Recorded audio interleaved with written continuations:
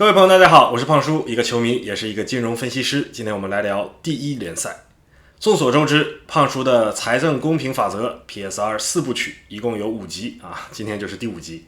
那看了前面4集的朋友，后台都在问胖叔对最近曼城的115项指控怎么看。那首先呢，胖叔在前一期视频中谈到过 PSR 体系是向后看，不公平发生之后才姗姗来迟，而115项指控内容都是曼城09到18年的财务违规行为，是典型的事后追究。如今曼城早已坐实一线豪门，4连冠和3冠王在手，指控成不成功不知道，但 PSR 这个体系肯定是失败了。那其次呢，115项核心的指控，例如造假账、隐瞒亏空等等，都是 PSR 规则漏洞的咎由自取。那举个例子，这次指控就有一项，说曼奇尼跟曼城关联公司签了一份赞助合同，给曼奇尼1年100多万赞助费。那 PSR 就指控你这明显是主教练工资的一部分嘛，你怎么不算在球队盈亏里面啊？你这是隐瞒亏空。但曼城也不傻，当初围绕曼奇尼们的操作，律师财务团队肯定是针对漏洞做好了功课的。讽刺的是 PSR 在这追究10年前的关联操作，但就在今年 PSR 的眼皮子底下，切尔西8000万把自己的酒店停车场卖给了关联的公司屏障， PSR 却毫无办法。那要我猜，官司打到最后很可能跟14年欧足联对曼城的罚单一样，不会伤筋动骨。那有朋友会问，凭什么上赛季罚森林和埃弗顿就重拳出击，这赛季到了曼城就点到即止啊？你 PSR 这不双标吗？朋友们，生活中双标的事儿还少吗？比如有些平台，你到直播交友板块啊，小姐姐们都是衣不蔽体，擦边擦的都快出火星子了。而你到足球板块，主播提一嘴三上老师就被黄牌警告，取消流量扶持。审查人员啊，我要举报啊！是弹幕强行联想，我可没提咱们 B 站的名字啊。胖叔每期视频能跟这么多观众朋友们见面，都是靠 BBTV 的扶持，感谢 BBTV。即便 BBTV 决定多扶持一下直播交友的小姐姐们，胖叔也是举双手赞成的。你看胖叔至少还有衣服穿，小姐姐那边连件像样的衣服都穿不上了，还是应该优先扶持他们。审查人员，弹幕都说我阴阳 B 站，我真没有啊。胖叔的信条就是不要问 B 站能为自己做什么，多问问自己能为 B 站做什么。胖叔才1万多的粉丝，有什么资格要流量扶持呢？等胖叔10万粉丝之后，我想3上就3上，想6上就6上，我看谁敢给我黄牌警告。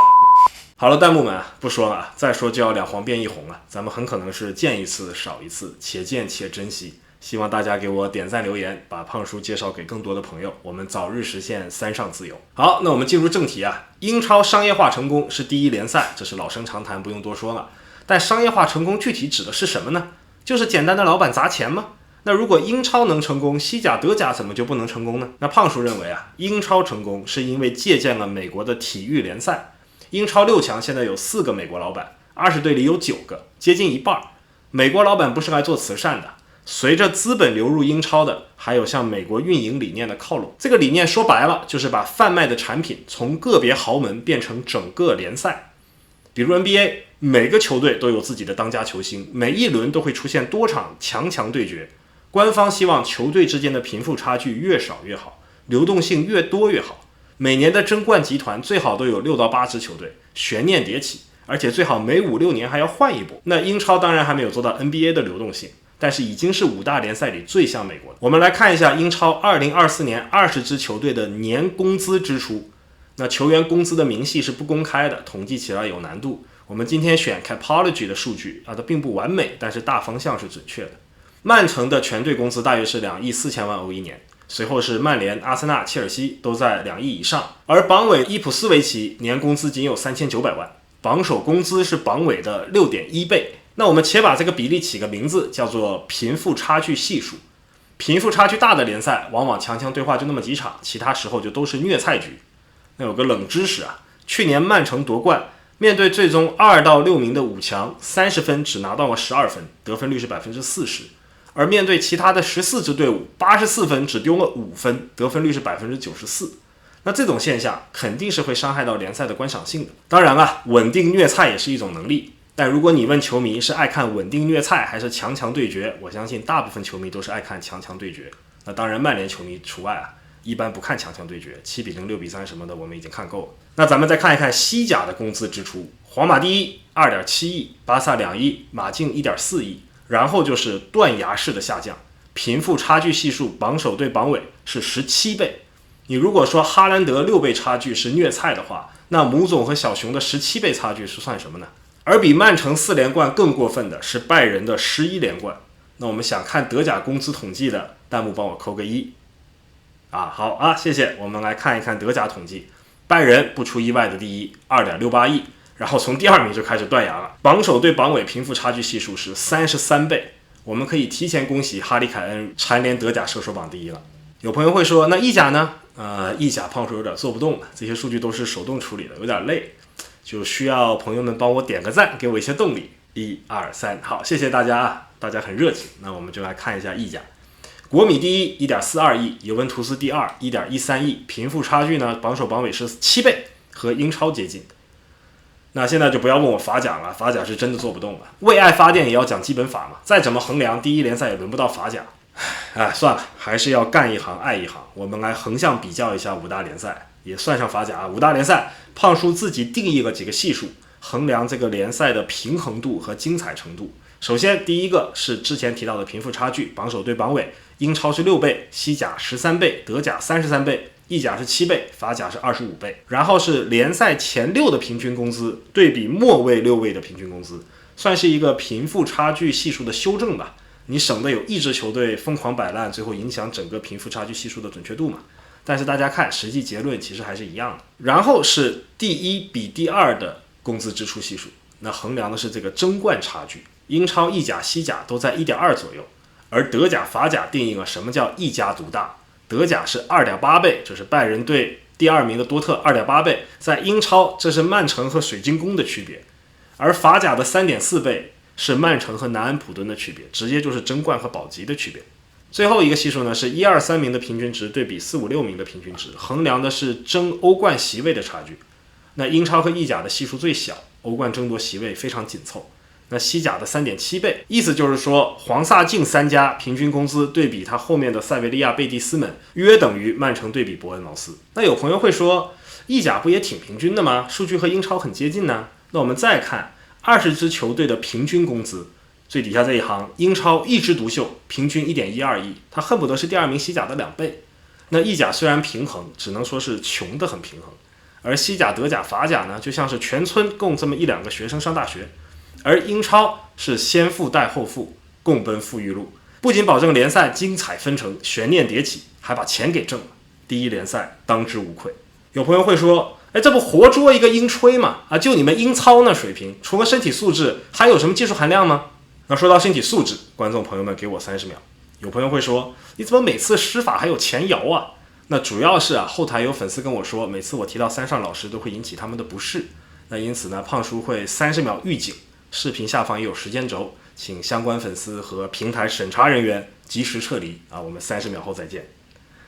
那上期视频有一位粉丝留言说 J 联赛不要总看三上老师这种过气明星，要多看身体素质好的青训，还推荐了2场比赛。那首先这位粉丝说三上老师过气，胖叔就很生气，但是毕竟没有调查就没有发言权，胖叔还是忍着怒气打开了这位朋友推荐的第1场比赛。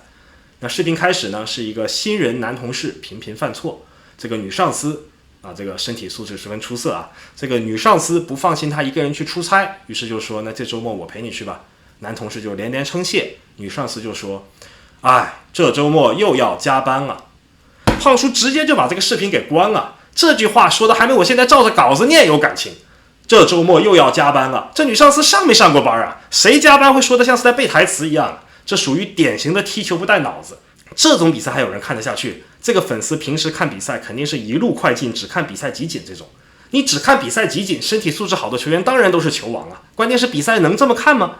我还是那句话，不能因为是打戏就不重视文本，让我们回归文本，致敬经典，看一下向泽南老师的作品。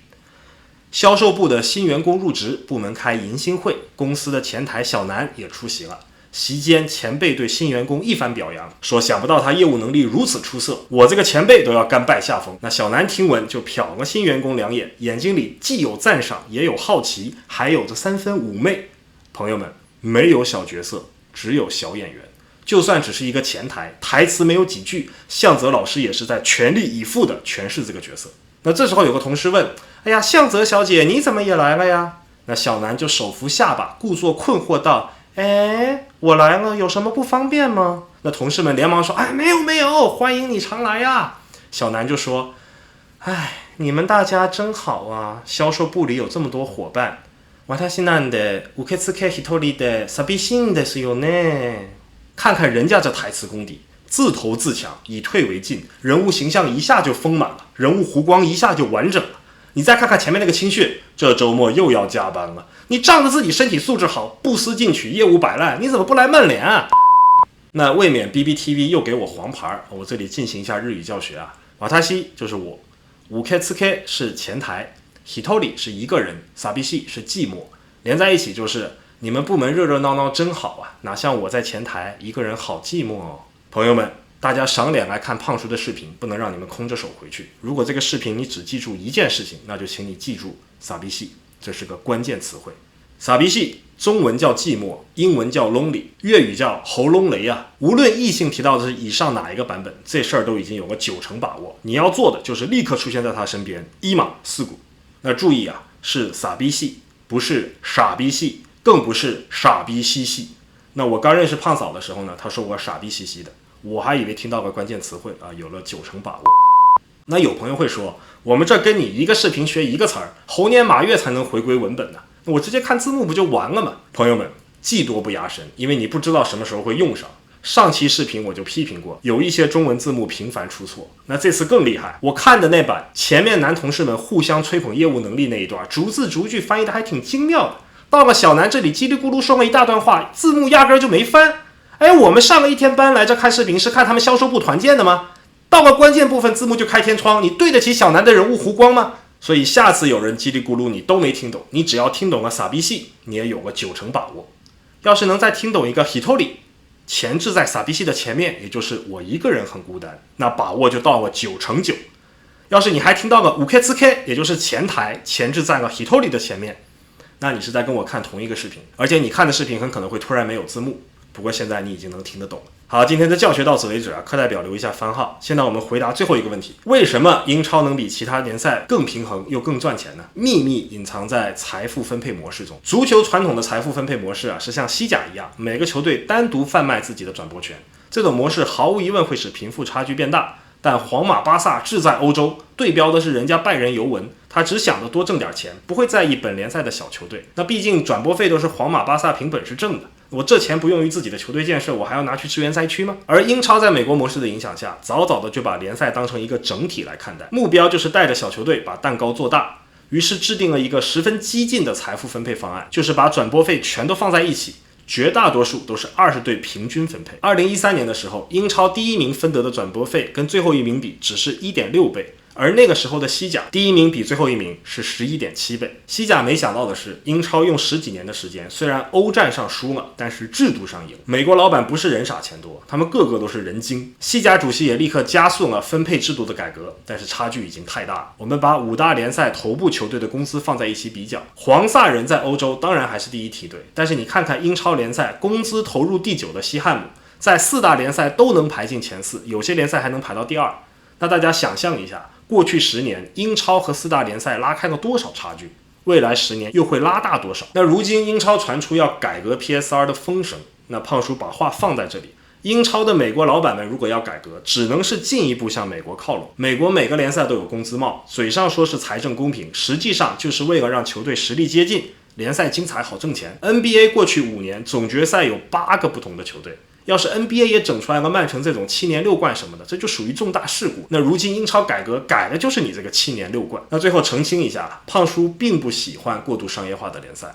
现在英超差距缩小了，搞得曼联无论踢谁都是强强对话，我们粉丝看得很心累，个别曼联球员也心累，都想着留力气拼一拼欧洲杯、世界杯。那毕竟踢瑞士、荷兰不比南安普顿水晶宫容易多了。所以我建议英超如果要改革，考虑一下把转播费按照流量分配，学学人家 B 站啊，多扶持像曼联这样需要扶持的球队。每周都是强强对话，胖叔已经看累了，能不能加大一下贫富差距？我们上了1周班，周末我看曼联只是想轻轻松松的看虐菜局，而且最好这个菜不要是曼联。那希望各位朋友的主队周末好运，感谢大家支持我的视频，希望大家给我点赞关注，一键3连，我们下次再见。